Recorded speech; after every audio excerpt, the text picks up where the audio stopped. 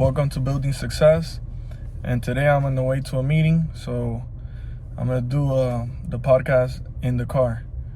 But I wanted to talk about the importance of hiring the right architect.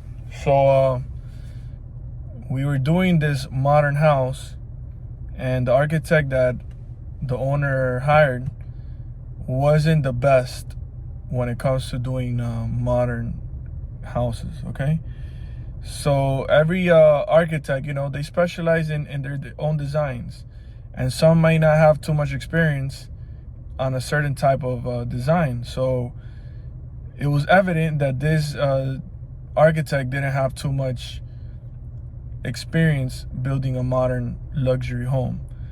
It's not every architect that knows how to do it or knows how to go about this design.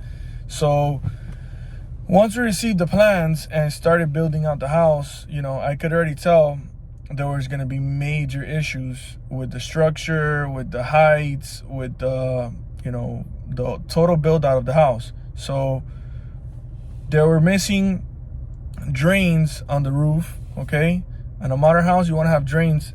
If it's going to be a flat structure, you want to have drains towards the center of the roof.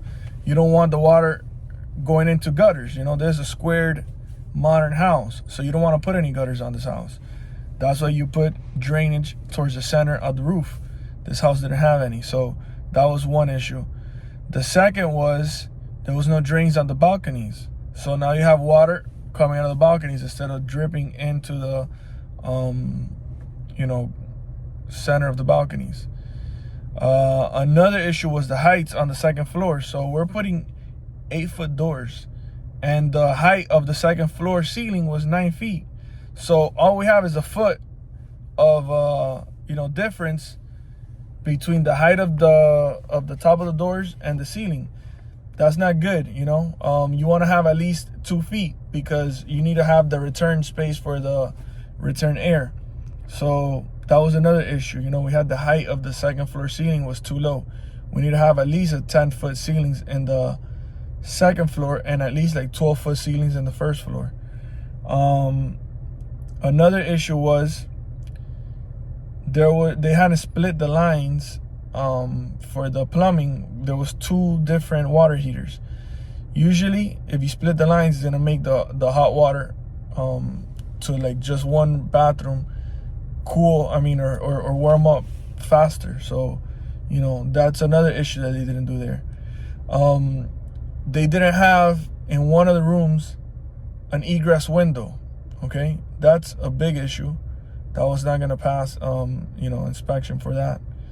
They didn't have no camera or alarm in these plans. They didn't put that. Also, the height of the windows and the doors, the sliding doors, was only 8 feet. They didn't have floor to ceiling windows. So we had like a big section of like 2 or 3 feet of straight drywall. All that could have been floor to ceiling windows, so that's a major problem. And then, lastly, which was probably one of the biggest issues that we had, was the garage was getting flooded because it was below the elevation, and we had to actually point this out, go back and forth with the designer and the architect and the engineer to fix it.